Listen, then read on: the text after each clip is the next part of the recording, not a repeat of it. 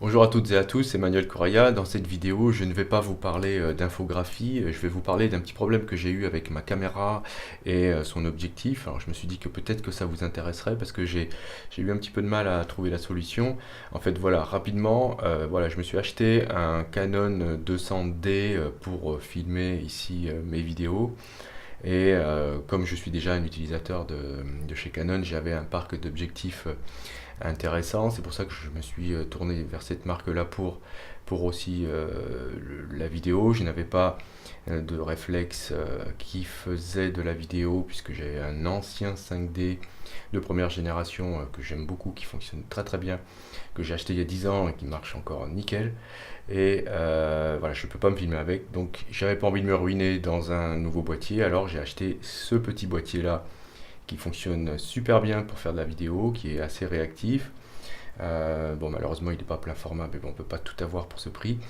Euh, le truc, c'est que je lui ai mis un objectif Sigma 35 1.4 qui est un excellent objectif que j'apprécie énormément. Le problème, c'est que je me suis aperçu qu'il y avait une incompatibilité avec ce boîtier.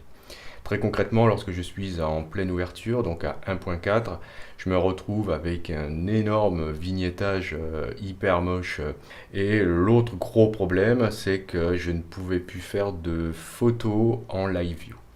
Dès que j'activais la live view et que je déclenchais, j'avais tout de suite une erreur, l'appareil photo était bloqué, la solution est un appareil photo, enlever la batterie, remettre la batterie, enfin bref, tout un procédé un petit peu long et quoi qu'il en soit, de toute façon, on ne pouvait plus faire de photos avec le live view. Donc j'ai fait des petites recherches pour voir si c'était connu. Effectivement, Sigma a reconnu le problème et donne la solution.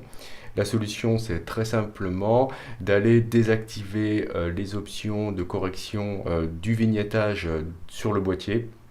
Je vous montrerai juste après comment faire si vous ne savez pas. Et très simplement, ça résout le problème.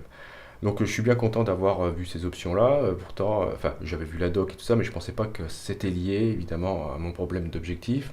Voilà, je vous montre le problème en live filmé avec mon smartphone et je vous montre comment corriger le problème. Donc voilà concrètement comment ça se passe. Vous voyez ici, en live view, j'ai un méchant vignettage qui apparaît sur l'écran. Ok. Et si je déclenche, j'ai une erreur. J'ai une erreur qui apparaît. Alors je suis obligé de démonter, je suis obligé d'éteindre l'appareil photo et de sortir la batterie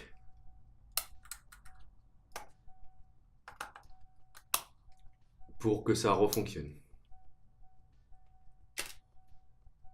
Ok. Donc pour résoudre ce problème, vous devez aller dans le menu, cliquez ici sur menu, et là, ici au niveau du réglage de l'image, vous allez aller ici dans le deuxième volet, correction, aberration, objectif. Vous allez ici décocher le vignettage, vous le mettez sur off. Ok. Et là maintenant, vous n'avez plus ce problème-là. Et quand vous déclenchez le live view, ça marche nickel. Merci d'avoir suivi ces explications. J'espère que ça vous aura servi si vous aviez le même problème que moi. Voilà, donc en tout cas, bon, moi je suis très satisfait de mon 200D et le Sigma 35 mm est un excellent objectif. Idem pour le boîtier 200D. Si vous êtes débutant dans la photo, que vous cherchez un petit boîtier léger, pas très cher, le 200D est vraiment un super petit boîtier pour débutants. N'hésitez pas à vous le procurer si vous commencez dans la photo. Autre chose, si vous tombez sur ce site-là grâce à cette vidéo pour régler votre problème avec votre objectif, sachez que c'est une vidéo dédiée à la formation en infographie. Je suis infographiste, formateur et enseignant.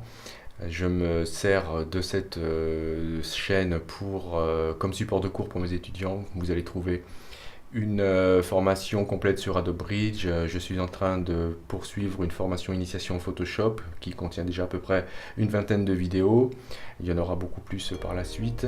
Et j'ai aussi quelques tutos Photoshop. Voilà, c'est une chaîne que j'avais commencé il y a 2 ans, que j'avais pas pu poursuivre parce que j'avais pas trop le temps ni la place d'ailleurs.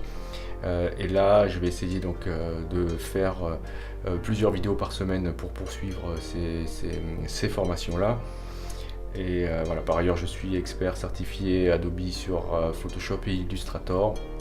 Et ma foi, si ça vous intéresse de me suivre, vous pouvez cliquer sur abonnez-vous, cliquer sur la cloche pour avoir les petites notifications qui vont bien. Si vous avez des commentaires à faire au sujet de ce problème-là, allez-y, laissez-moi des commentaires, je vous y répondrai. Et on se dit à la prochaine, soit pour une vidéo de formation, soit pour un tuto.